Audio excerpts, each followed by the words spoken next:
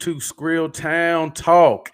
It's your boy, Mr. Skrill Town himself. And tonight's guest, we have Executive Director of Universal Hip Hop Museum, and that's in Brooklyn, New York. His name is Rocky Bucano. How you doing, Rocky? I'm great. One correction though, Bronx, New York. Austin Bronx, my bad. Oh, yeah. See, I'm about to get beat up the now. boogie, One of my the old best boogie friends. down Bronx, Hey, one of my old the best boogie down friends Bronx. is from the Bronx, and yeah, you don't get those two mixed up. Yeah, I've been saying Brooklyn this whole time. My bad. That's Yeah, my bad. that's okay. Yeah, so Yes, just a little bit about Rocky. Rocky is an executive director and president of the Universal Hip Hop Museum. He's a Bronx native, and his career spans of 30 years in the record industry as an executive and business leader. In 2012, Rocky assumed the role of president of the Universal Hip Hop Museum and led UHHM as a New York State Department of Education chartered culturally institution through the design and launch of hip hop's first virtual museum. That's cool. The Universal Hip Hop Museum's permanent state of art home is scheduled to open at the Bronx Point in 2024. So I know, Rocky, I seen a couple weeks ago online that there was it a ribbon cutting ceremony? not a ribbon cutting, a groundbreaking ceremony. Groundbreaking. Okay, yeah, I knew it was something like that. And I seen Fat Joe, I seen LL. So tell us a little bit about the groundbreaking ceremony and how special it was to you. So it was a historic day, not just for me, but for the entire hip hop community around the world, Absolutely. to finally have a permanent home that's going to celebrate hip hop's past, present, and future in the Mm-hmm. borough where it all began almost 48 years ago. So, you know, that's why you had LL there. That's why you had Fat Joe. Little Kim was Mm-hmm. supposed to be there, but unfortunately she couldn't make it. But Nas was there. Some Oh, of the Nas early was there. That's my pioneers like boy. Grandmaster Flash was there, and Scorpio from the Furious Five MCs, and Chuck D Uh-huh. was there. Yeah, so Wow. we had a lot of legends in the house. Paris from EPMD was there, so a lot of Oh legends. man, Paris Smith. Okay, so tell us a little bit about your experience in the industry. I see that it said it spanned over 30 years. So how did you get started? I started as a teenage DJ, like most of the other guys in hip hop, back in the early '70s. Mm-hmm. My first professional job as a DJ was when I was only 15 years old, and then I moved from DJing to promoting nightclubs around New York City, and then Mm-hmm. I graduated to start doing some concerts with a friend of mine named Milton LaCroix, who Mm-hmm. worked with one of the top concert promoters in New York City at that time, who also became one of my good friends. His name was M. Morton Hall, and M. Morton Hall, gave me my first opportunity to help promote big concerts. Back then Right. it was like promoting groups like Shaka Khan and Kool and the Gang and Brass Construction. Groups that you probably don't even know, but Ah, hold on, we hold we on, hold on. I know about Shaka Khan, Shaka Khan, Shaka Khan. Yeah, I know Shaka Khan. Yeah. you know, so promoting those kind of groups, and Mm-hmm. then I got into television production. I worked in television for about 10 years, and then I started my own record company called Strong City Records. Okay. One of my big groups was a group called Masters of Ceremony. They had a big record, a couple Yeah. big records back in the golden era of hip hop. And Mm-hmm. my partner was Jazzy J. He was one of the top, DJs and top producers. Mm-hmm. And Jazzy and I built the careers of a lot of people, including Grand Puba Maxwell from the group Brand Nubian. Wow. So Okay. and then I worked years later. I worked with L.A. Reid and Babyface and Dallas Austin, and I Mm-hmm. managed Teddy Riley for a little while, and his group Blackstreet. So I've been in the music business for a super long time. Yes, I mean just the names that you've named. I mean, Brand Poop. You named a lot of groups from Shaka Khan to Teddy Riley. All those people. Shaka Khan was with my grandma. She came up on, but I remember being there. I feel for you. That was one of the. Yep. I love that song. And then, of course, Teddy Riley. I mean, everything from Guy all the way up to all the rest of the groups that he was involved in. I mean, that's huge. With somebody of your stature being in this industry, one thing I noticed because I had like a father figure in my life growing up from the East Coast, and he kind of showed me about hip hop. He was the first one to introduce me to hip hop. You know what I'm saying? And it was more of an art out there. It's not just rapping. So what can you say about hip hop in general and what it is done for this country? So first and foremost, hip hop is not, a music. It's a way of life. It's a culture. Right. So, you know, most people identify hip hop with, just like you said, rap, Yeah. because that's what people see on television. They hear it on the radio. But hip hop is five elements, so it's pretty simple to remember. It's Hmm. MCing, DJing, b-boying, graffiti, knowledge, and it has expanded to include other things like fashion and Hmm. even language now is the way we talk and interact with each other is all part of hip hop. Right. Just Right. think about it. Hip hop has been around for 48, going on 48 years now, Hmm. and so many people, probably including yourself, that's the only music that they know because they grew up with hip hop. Yeah. So Absolutely. uh, but hip hop is the voice of the voiceless. It gives light to a lot of the social issues that are happening in our black and brown communities, not just here in America, but around the world. Right. And it's a way for people to express how they feel. And it's the America's greatest cultural export because Hmm. now, the culture and the art form and the creativity that started here in the Bronx and now all over the United States has been adopted by every country in the world. You can't Absolutely. go anywhere in the world and not experience hip hop. And not only have they embraced it, they've adopted and made it their own. Yeah. They got artists in different countries that are just as big as the Jay-Z's here in Hmm. America, but we would never know them because they don't their music is not played over here in the US. Right. Right. So, I mean, when you think of everything that you see on television, most times you're going to hear some sort of hip hop music in the background Yeah. because Absolutely. it's just part of how we communicate, it's how we interact, it's how we market to each other, and Hmm. hip hop is the thing that makes it all happen. The beauty about hip hop is that it transcends race and social status. You could be the Absolutely. wealthiest person or the poorest person, and you still love hip hop. It doesn't matter. Yep. It can be like in the same song too. I mean, there's no difference in like, okay, I'm rich, so I listen to this type of hip hop, or I'm poor, so I listen to this type of hip hop. It's all within. Absolutely, 100%. So who like how did you come up with the concept around the museum? And how long did it take for you all to, basically come up with everything and the strategy and the plans and preparations? So this is 10 years in the making. Um, Originally, it was just an idea to create a space where hip hop can be celebrated, Hmm. where people can come in from different parts of the world and come see what and learn what hip hop actually is. Right. But as time went on, we got to speaking with different people in different parts of the country.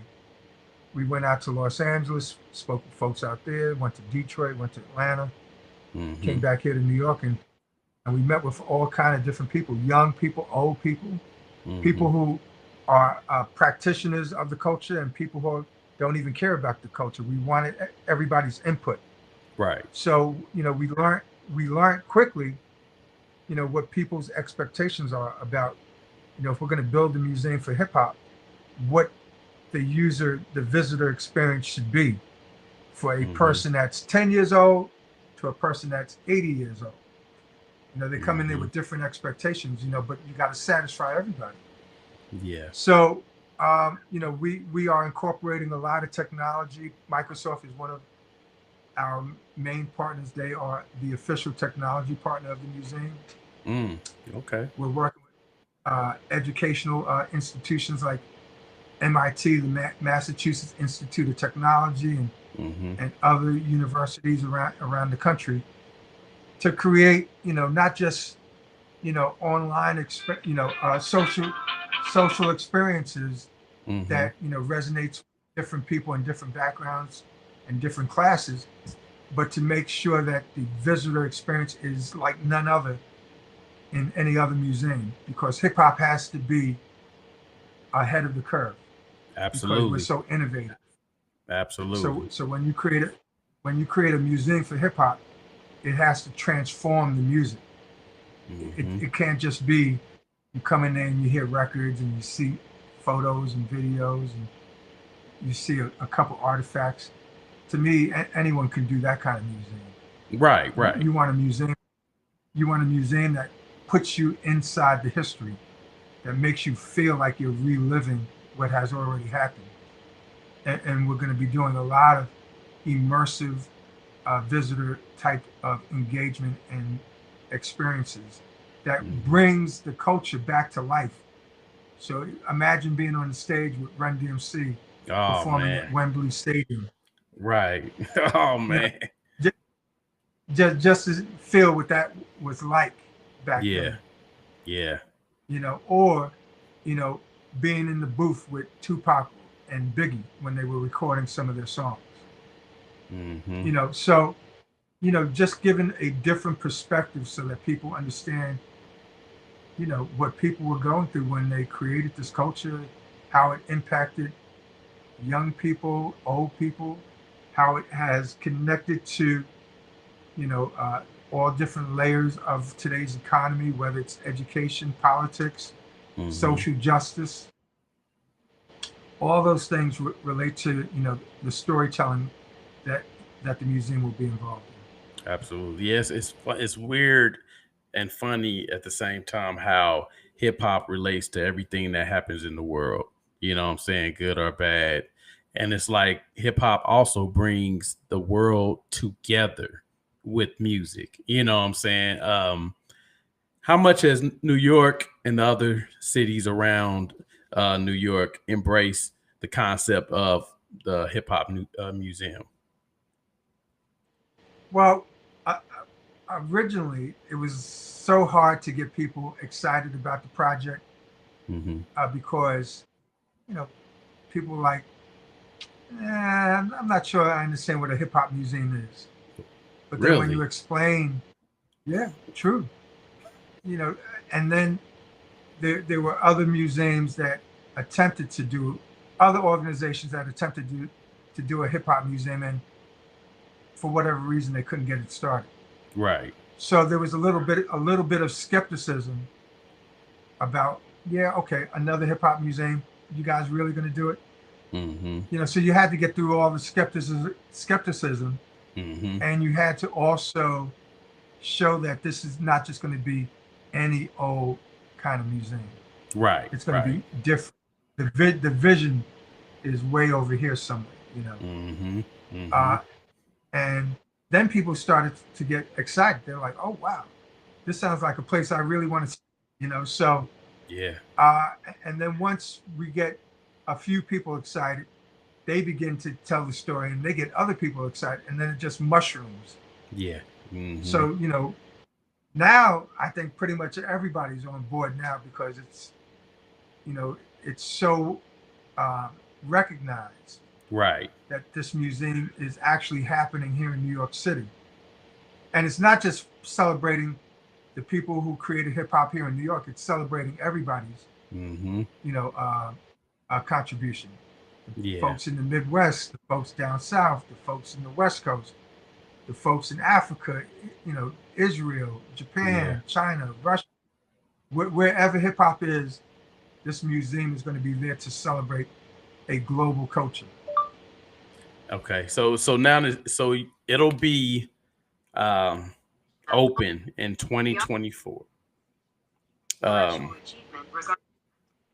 so I know for a fact I am planning a trip down there to see that. I can tell you that now because the last interactive type of museum I went to would be in Vegas, and that's the Mob Museum.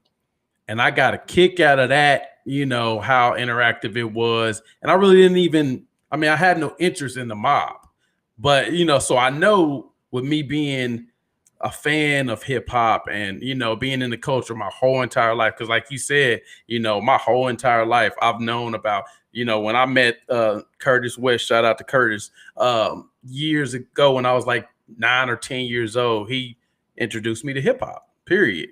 So ever since then I've been into it. And even when I've tried to leave, the culture, it's brought me back. So I know that, the people around, the world are waiting for this. They've probably been wanting this for so long. And, I know everybody's happy that, you know, um, you guys are putting this thing together. So with that being Mm-hmm. said, I know that Fat Joe, L, Cool J, and all of them have been at the groundbreaking. Are you gonna have people like popping in, possibly doing different, things once it's open? Is that kind of one of those things that y'all have planned already, or Oh yeah, absolutely. So, and the museum has uh, two theaters. One is a 300 seat theater that will have a stage for performances and lectures and documentary screenings and town hall meetings. mm-hmm. And then we have another theater called the Hall of Respect. The Hall of Respect is going to be our version of the Hall of Fame, but Oh, in hip okay, hop. okay, okay, yeah. All the respect, I like that. Yeah, Yeah, in hip hop, we want respect. We don't care about fame. right. We need respect, and by creating a hall of respect where we induct you know past and present you know icons Mm-hmm. of the culture Mm-hmm. into the hall of respect, that's going to be their greatest lifetime achievement. And it's funny that you said, Paris came out. Growing up, EPMD was probably the best and one of my all-time favorite groups. But like in the first stages of me learning about hip hop, it was all about Public Enemy and EPMD.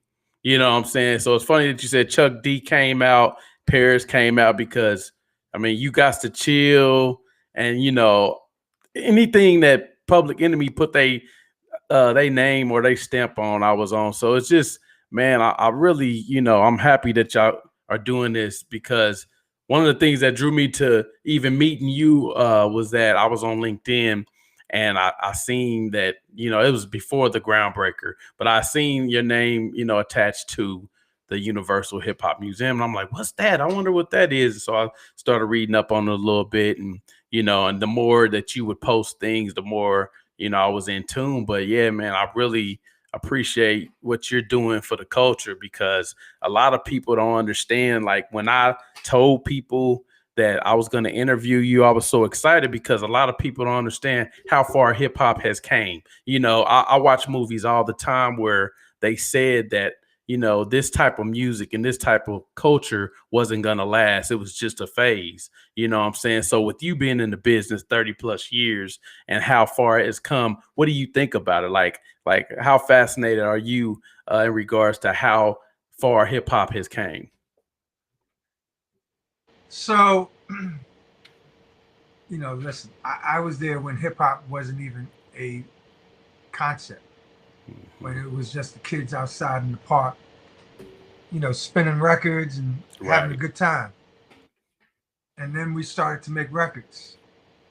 And then from records, we started to make movies. Mm-hmm. And from movies, we started to create our own fashion brands. And from fashion brands and movies, we started to create our own television shows. And now we're owners of liquor brands and, vodka brands and all kind of stuff. So Mm-hmm. I've seen the power of hip hop from when it was just something that we did for free out in the parks to a multi-billion-dollar industry that it has become over the past 48 years. So I know what this culture has done for many people. Yeah. Uh, and, and we still have a lot of things to, a museum has to tell the truth. So it's got to tell not just the good side, but also the bad side Mm-hmm. of the culture as well.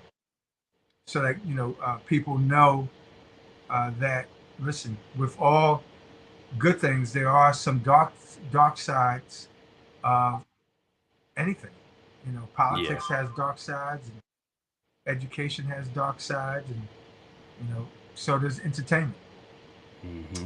So our responsibility is to bring the truth to the public so that they understand what hip hop actually is, Mm-hmm. and that's what we're going to do. And to watch where it has gone to where it is today, it doesn't amaze me because it's it's it's the music of the people. And as long as the people are able to use it to tell stories about who they are and where they come from and what they do, and as long as we can stay creative and keep elevating the music to new heights, Mm-hmm. it's going to be around forever. Yeah. Yeah. And it's been times where I've talked to people and they say, it was times in, I would say the last 20 years maybe, where hip hop wasn't as strong as people thought it was supposed to be. The problem with that is that it still didn't go away. You know what I'm saying? So it's not what you perceive it's supposed to be. It's like you said, it's not just rap. It's a culture. It's how the people, a way of life. So you can't really say that it went away, just because it's not trending. It's the way of life. People haven't stopped, like you said, b-boying and DJing and MCing. That stuff is not going anywhere. And and it, like you said, with the rappers, the LLs, the Nas, KRS-One, those are lyricists. So when the trends leave, they're still gonna be there. So I appreciate the fact that you guys are putting that together, and I know it took a lot of thought. I know it took, like you said, 10 years in the making. I really appreciate the fact of it, and I like I said, I know most definitely I'm gonna come down and check it out. So what sets you up as far as being in a position as the executive director and president for this project and this museum? I didn't ask to be the executive director or the president, but what happens is in life, God just kind of like put certain people in certain positions to because they got the capability, they got the relationships, they got the know-how, Mm-hmm. and the talent to actually get things done. I was running a youth basketball program. Wasn't even in the music business. Wow. I was an executive director of the New York Gauchos basketball program, which is the top AU basketball program in the country. I've heard of the Gauchos. I And used to I used to run AAU too in Kansas City. So yeah. yeah, so the Gauchos. So Mm-hmm. you know, I was executive director then, and opportunity came that wasn't related to the museum. It was just related to the Gauchos, and somehow I got connected to another opportunity that the person wanted to add some sort of music entertainment to their programming, Mm-hmm. and they asked me if I had any ideas, and I like, well, why not put a hip hop museum in your project? And Right. one thing led to another, and before you know it, I was the guy that was trying to bring everybody together to try to make this project happen. Mm-hmm. So I'm pretty And that's sure how it happened. you're a busy man most days with this project. I'm pretty sure, Oh yeah. especially if it's coming out. Y'all basically opening up on in 2024. So what are some of the highlights of the museum that? Because I know some of the stuff gotta be behind the scenes and secretive, but what are some of the highlights that you guys are banking off of with the Hip Hop Museum that's gonna attract more people in regards to, like, if I came to the museum, I said, man, you got to go to that museum because of this, what would be something like that? Well, just the fact that we're telling the complete story of hip hop from where it started to where it is today, and Mm-hmm. nobody else is going to be able to do that but us. So you're not going to be able to go to Rock and Roll Hall of Fame to see that. You're not Right. going to be able to go to the National Museum of African American History and Culture to see that. You're not going to be able to go to the Country and Western Museum or the Grammy Museum to see that. Only one place is going to be dedicated to the complete story of hip hop, and that's the Mm. Universal Hip Hop Museum.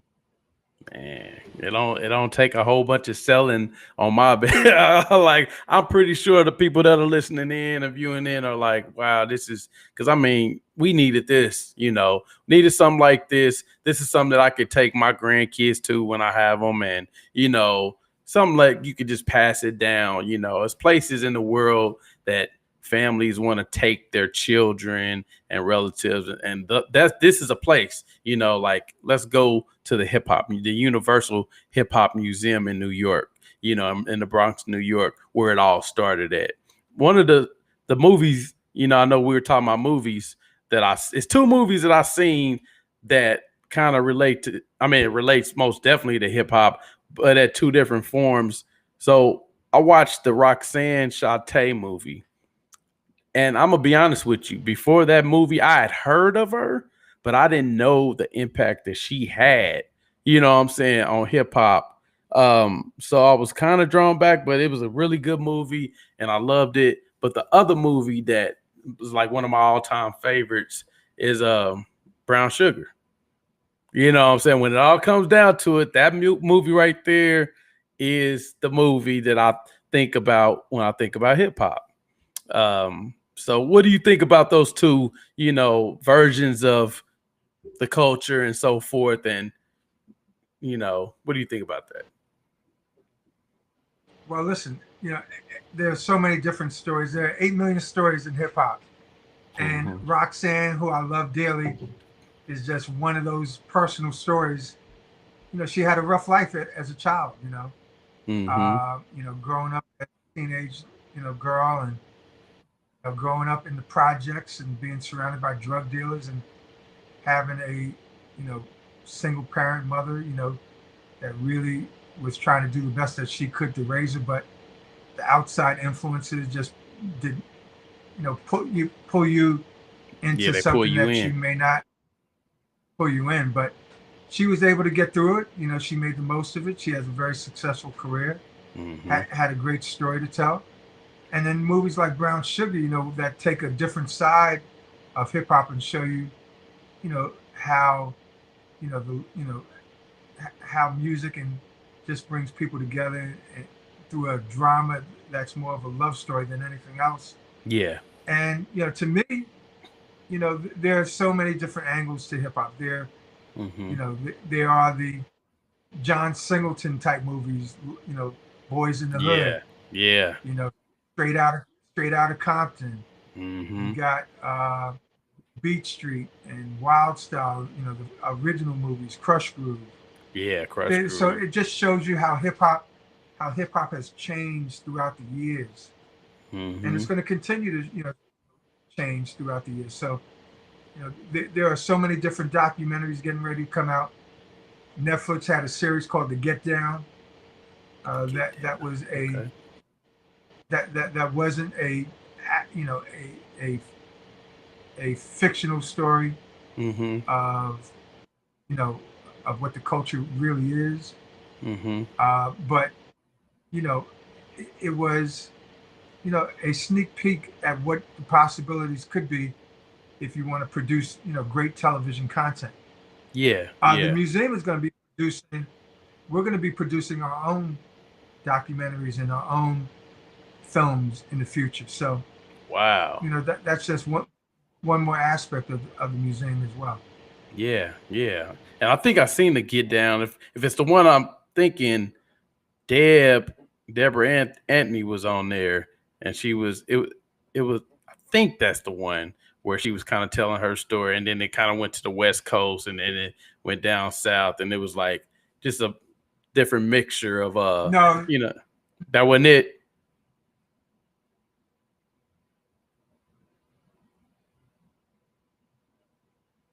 Well, I can't.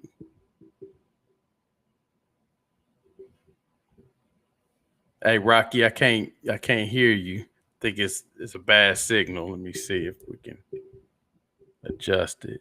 Nah, I can't. Let me see. Uh, Hold on 1 second. Stand by.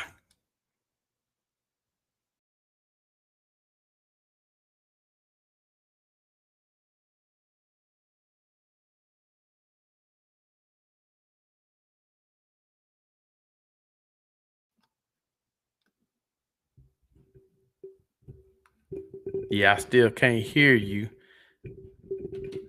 Must be a bad connection. Let me see what is going on with this.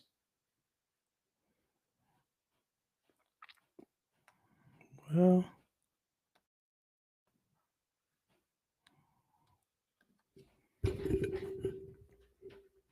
gotta give it to technology, boy. I tell you. You can hear me, but I can't hear you. That is crazy. Yeah, and it's not. I think it's your volume because I can't see your volume on here either. Let me see. Um, well, uh, yes. Let me see. Well, due to technical difficulties, it'll do it every time. Well, yeah. I think he's gonna try to get back on. Um, for those who just tuned in, there. Okay, let's see. Yeah, I can't hear you, Rocky. There's something going on with the connection. All right, hold on tight, Rocky. I'll be right back with you. Okay, guys. That was Rocky Bucano, executive director and president of the Universal Hip Hop Museum. We had him on tonight due to technical difficulties. We're gonna go ahead and end the show. He has some very, very good um, things to say, good insight, and so forth. Check it out. Check out the Universal Hip Hop Museum. It's going to be open in 2024. It's in the Bronx, New York. If you have any interest in it, go to www.uhhm.org. It'll give you all the information on the actual museum, but I want to thank you guys for tuning in and thanking Rocky for being on the show tonight. He, I mean, the man's been in the business 30 years. He's seen how hip hop has transitioned in so many different ways. So yeah, like I said, I really appreciate everybody that tuned in. And check out the website. Check out Rocky. Let me see if I can get him back on real quick. Um, and see if he can give you his other information. But yeah, his name is Rocky Bucano, based out of Bronx, New York. He's been in the business 30 years, and he is the executive director of the Universal Hip Hop Museum. It looks like when I went on the website, it has a lot of things on here. It's very informative, starting from the 60s and 70s with hip hop. So, yeah, like I said, it's gonna be huge. It's gonna be a huge thing at the groundbreaking ceremony. Oh, let's see. You there, Rocky? I'm here. Oh, okay. Yeah, I can hear you. I can hear you now. I was just telling them, about the groundbreaking and how, um, LL Cool J, Fat Joe, and all them were there, and how huge this is going to be when it opens up. I was giving them the information on your website. Can you give our listeners any other social media handles that they could reach you, or maybe look at more of the information, where they can find more information about the Universal Hip Hop Museum at? Yes. So your audience can go to our follow us on Instagram at UHH Museum.